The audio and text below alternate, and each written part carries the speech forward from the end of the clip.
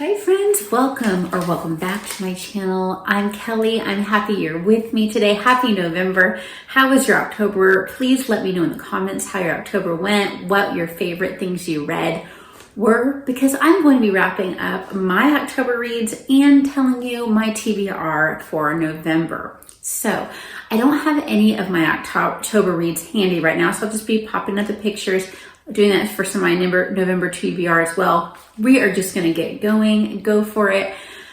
Are you guys as busy as I am? Things are busy in life right now, but I'm just thankful to get this very short period of time to make this video and talk to my booktube friends. So I will be talking about what I wrapped up. Now, there are some things that we finished at the very end of September, leaking into probably the very beginning of October, that I meant to talk about in my slightly delayed September wrap-up video, but I didn't get them on there. The first one was The Children of the Green Knowe. This is a children's book by L.M. Boston. I would say it's probably for upper elementary up.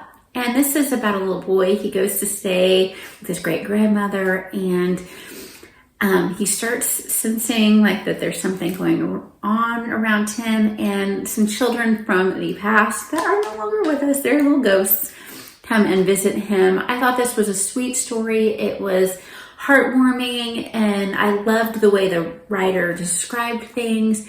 I wouldn't say that it is a family favorite. I definitely think it is worth a read. Probably not one that we will revisit again, but we might. I think there is a sequel. I think we might move on eventually with the story.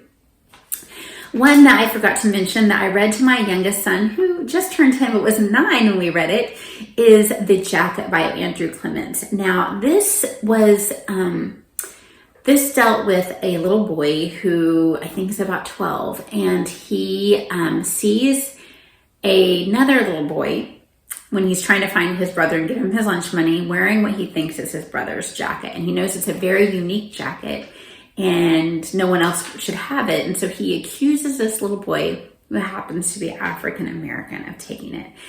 And he goes through the self-discovery of like kind of talking to himself, asking himself questions, and asking himself, is he actually racist? Would he have accused this boy if he was not Black? So I thought it was very interesting. My son thought it was thought-provoking, and it was a little bit on the nose, but sometimes books work out well when they're very direct. It ends up working out very well. So I would recommend this story.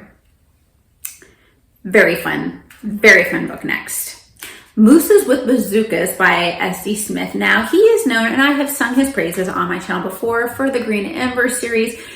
Wonderful bunnies that are so brave, and he just teaches us truth and kindness and bravery through these wonderful adventures. Amazing writer. This is not that book.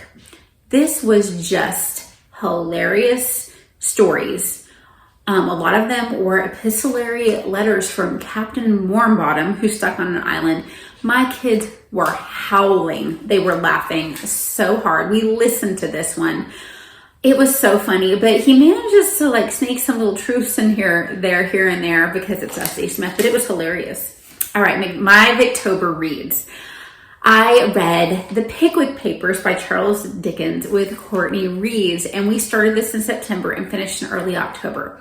This is definitely not my favorite Dickens ever, but I think it's a worthwhile read. It probably isn't one that I will revisit, but I think that you should read it if you're a fan of Dickens. So we have these gentlemen sort of part of a little club. They venture together. Mr. Pickwick is kind of their patriarch, and they get themselves in these hilarious circumstances. Little vignettes, they're funny. There's some truth thrown in here and there about, the culture and the time and the value of people. We do end up for a good chunk in a debtor's prison, and that was my favorite part of the story. And if Courtney ended up kind of on the same note as me, I think it was hers as well from what we discussed. But where I felt like the story went to a really good place It was very amusing at times, very interesting and thought-provoking at others, but it was just got too long for me, and I don't believe I will be revisiting this one at any point in time. I could be wrong. After that, I read Cranford by Elizabeth Gaskell. Now, I read 2 other Gaskell books, Wives and Daughters and Ruth, and this one was not quite up to the level of love that those first 2 were, but I really enjoyed it. Again, this was more like a vignette type story. There were some characters that were super endearing. It was fun to read it at the beginning, because right after finishing Pickwick Papers, there's a character that is just absolutely going crazy over getting the serialized installments of the Pickwick Papers. So that is so fun. I know that at the time, that was such a craze and such a big deal. When it finally became novelized, it went crazy. So we have a narrator in the story who's kind of telling us the different things that are going around in the town of Cranford, and she's someone that lives out of town, so there's a break in time period, and it makes a lot of sense that there isn't. She's supposed to be out of town. My favorite character is Miss Maddie, who just was such a kind, generous-hearted character. Elizabeth Gaskell, like so many Victorian writers, just really, including Dickens, who we just talked about, really delves into the morals of the thing. And I think really a lot of it's kind of delving into people's changing opinions of the time, and how things are starting to a little bit evolve, where we are, considering the lower class people, and maybe we will socialize with people outside of our class, but maybe smaller towns aren't getting that as quickly as the big towns. There's also mainly single women, older women, widows, what they would have called back then, old maids, in the story. So it was very interesting. It was fun. I might revisit this one again at some point. So Buddy Read, so they're not done yet, but I listened to mine, which is why I was able to actually finish it. And with the other Victober books, I did a combination of reading with my eyeballs and listening as well, to be able to finish them, because my month was so busy. But Rebecca by Daphne de Maurier, this is my 3rd read through. Rebecca is just the ultimate book for fall. We have an unnamed protagonist, and she goes into a kind of an insta-love marriage, and there is a beautiful big house called Manderley, and there is a dead former wife who we're dealing with, and there's all sorts of creepiness. There's the creepiest house keeper that ever creeped on the earth, and that is just, I love it. I love Rebecca. So I've been reading this with Bethany Brings Books and Chrissy's Purple Library. I love their thoughts. This is definitely not Bethany's first read, but it's Chrissy's first read, and it's so fun to hear somebody reading it for the first time's thoughts. All right, so Amari and the Despicable Wonders. This is a middle grade by B.B. Alston. This is the 3rd in the series. It's just as fun as the other. Amari's a girl with magical powers, fighting against evil. Love the family dynamics and the honesty. Love her relationship with her brother and her mother, how it's honest and real, not always perfect. Dinner with Vampires. This is a book by Bethany Joy Lenz, and she was famous for being on a show called One Tree Hill, which was kind of a teen drama, but I was interested in this one because she's talking about being in a cult. And this wasn't a major name cult. This was a small cult, and its effects on her. I will say this, there was language in this book, but she did talk about how they fooled her into thinking, manipulating her and telling her what the Holy Spirit was telling her. And she was learning to listen to them and trust what they thought that the Holy Spirit was telling them more than what the Holy Spirit was telling her. It's very interesting, and be careful if you're really struggling with healing from spiritual abuse. It may help you, or it may make it worse. But it definitely, I felt for her, nobody, her fans didn't know probably that she was in a cult and she was suffering so much and was being abused and that kind of stuff. It was crazy, and they stole a lot of money from her. So Redwall, that is the book that my kids and I were listening to. It's quite a long listen, but we really enjoyed it. I will say that with the audiobook, we had a harder time following along than I think we would have if we read aloud, but we wanted to do the audiobook because we knew there was a whole bunch of different voices. And this is animals that are anthropomorphic. They're little mice that live in the Abbey of Redwall, and they are trying to fight for their life against the evil rats. Beautiful writing, beautiful descriptions. I think, these books are a little bit more like standalones, like so many different characters that you may not get the exact characters in that book. I have another Redwall book I got at a library sale that we will eventually get to.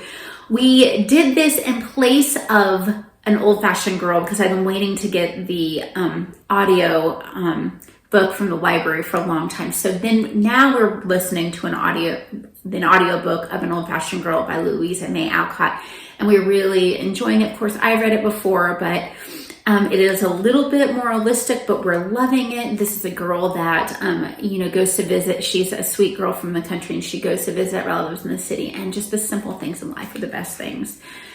I'm continuing the last book in Fablehaven with my oldest son at night. My daughter and I are almost done with Words of the Whispering Wanderer by D.E. Knight, which is the third book in the Crowns of Croswald series.